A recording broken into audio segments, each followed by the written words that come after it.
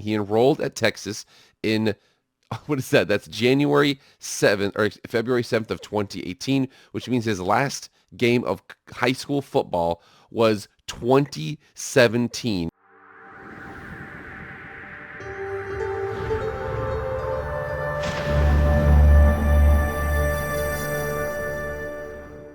What is up, everybody? It is Jake with Master of Football back at it again. Happy Monday. Thank you so much for being here. If you want to be up to date on all things college football, hit that red subscribe button. You will not be disappointed. Also the like button too, and follow on Twitter/X. That fame is growing. Without further ado, let's get into the video. All right, guys, and yet again, I say it again. I've actually heard somebody say this, that they felt like this year in the NFL, a couple quarterbacks get injured. There's just certain things that aren't happening the way you want them to happen, and the product on the field isn't as good as it is in previous years. With that, in contrast to the fact that this year of college football has been one of my favorite in years, I think it is a true testament to the sport. And like, again, we said before, Joel Klatt, Colin Cowherd, they said if it was a stock, buy college footballs right now. Now, this story, we go out to the Pac-12 region. I know it's sad because we're coming up on the last couple days of the rate. These are the last days of this iteration of the regular season of the Pac-12 as we know it. Again, there's a possibility with the assets being taken over by Washington State and Oregon State. There's going to have a future iteration, whatever it is. There's a possibility of that, but it's going to be different. Okay, it's the same thing. The Big East exists now, but Big East football existed 20 years ago. It was a different animal. We go out there to watch Arizona and Utah and see an unfortunate game for Utah at the end of the day, although there is a silver lining that just came out. Let's get into that right now. And here we are, Utah versus Arizona, and we can see the fact that Arizona through the air did just about anything they wanted to. 325 passing, 4 touchdowns versus 53 attempts, 320, 2 touchdowns, and then 2 interceptions there. Obviously a big victory for the Arizona Wildcats. And again, I called it before. My Arizona Wildcats, I told you guys a couple years ago. Some of you didn't want to believe me. You got to believe me now. That game and overall the season, despite the fact they are 7-4, they are still the reigning Pac-12 champions. Again, they're not going to be this year. 7-4, it's not what they wanted the season to be coming into it. One big piece of news came out the other day on Twitter. It's absolutely massive. It doesn't ring true for the Pac-12, but it does for the Big 12, and it's Van Wilder himself. Cam Rising, the man himself, the starting quarterback, the two-time reigning Pac-12 champion quarterback of your Utah Utes, is coming back for one more season. We come over here to Adam Rittenberg on ESPN. It says he's going to return for the 2024 season. Utah quarterback Cam Rising, who helped the Utes to consecutive Pac-12 titles before missing this entire season with a significant knee injury, is set to return to the team in 2024. Rising, who began his college career at Texas, announced Sunday on social media that he will be playing his 7th college season, 6th at Utah.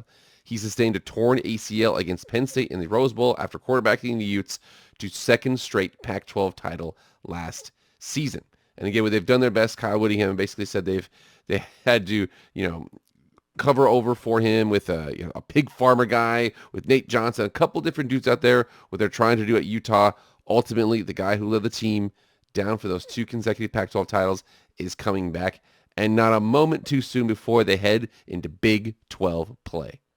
And for those of you who don't know, okay, Cam Rising, look at the picture of him right here. This is to take a stock picture of this, okay? Newbury Park, California, class of 2018. He enrolled at Texas in, what is that? That's January 7th or February 7th of 2018, which means his last game of high school football was 2017, and he's going to be 2024 is his last year of college football. Look at your boy down here again. He wanted to go to Texas, OU, Alabama, Arizona. He got offers from a lot of places, obviously.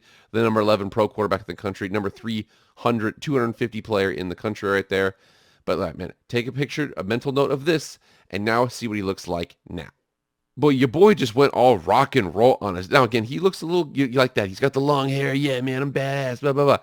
He's a good quarterback, okay? So, again, we mentioned the fact that 2017 was his last year playing college or high school football. Okay, so 2017, 2018, 2019, he got to play 3 snaps in 2020, and then 2021 he takes over. 2,500 yards, 20 touchdowns, 5 interceptions, and then the last year, not this year, 2022, 26 touchdowns, 8 interceptions. Both seasons here, he had about 500 rushing yards and about 6 touchdowns. Both back-to-back Pac-12 championships. And we see the history of the Pac-12 title game. We come down here to a couple different teams. So Utah had not been a member in very many games here. They played down here one time, and then all of a sudden it gets down here. The Ducks won a little bit of a run here. They stopped the Ducks' run, and they beat the Trojans last season. Remember, last year, if USC had beaten Utah either one of the times they played them, they probably would have gotten into the CFP over TCU, but they didn't happen thanks to the Utah Utes and their big wins out there. Man, Utah, they are getting them back, and like I said, could not be sooner before Big 12 play, because guess what happened? They instead of going west now, they're going south and they're going east. And you come over here to UtahUtes.com, and remember here, this was all kind of thrown together because the last four that they added in, the four corner schools, Arizona State, Utah, and Colorado, all decided to come over to the Big 12 once Colorado did first. They're like, hey, the Pac-12 is a sinking ship. As a matter of fact, the funny thing is the report was that it was a Utah professor who said that the Pac-12 was worth $50 million, despite the fact that ESPN offered them 30, and they would have taken it, and they would have kept the league alive. Basically, it's all Utah's fault. The Pac-12 is falling apart. I'm just saying. Either way, I do know that this is what the schedule looks like coming forward. If you come down here and check this out. So the way this is going to work is, now the crazy thing about this, and we'll get here into the second one of their non-conference games next, but you see their home opponents here. So they obviously are going to play Arizona, Arizona State, and Colorado, and BYU every single year, more than likely. But then we see the fact that it's home against TCU, home against Iowa State. We've got at Houston, at Oklahoma State, and at UCF. So if you think about that, most of these are trips they're already used to making. Oklahoma State's not too far from Utah. Houston, direct flight to Arizona is UCF is a little bit of a ways away, but not going to be a big deal here. And then you'll see the fact that, again, we see that Colorado, Arizona, BYU, all those teams, they're mostly playing out west teams, but they'll have a couple trips here and there. Next year, more away games than home games. It'll be flipped the next year. And this too. So their non-conference schedule so far. So we see the fact that Baylor, because here's a weird thing, and everybody knows this with college football, scheduling games in college football for some reason takes a bajillion years. You have to schedule games in 2030, 40, like 2041 is when they're going to play each other next. It's just because they just like to need things nice and easy. But what they did here is to make it easy. They said, okay, they already have Baylor scheduled. They're already playing Baylor. Just make it a non-conference game. It doesn't count. So it won't count for either team in conference play. It still counts, but not in conference play. So that will happen here. And they have a couple of these games here. But again, they have the fully updated there on that Utah Ute website there above.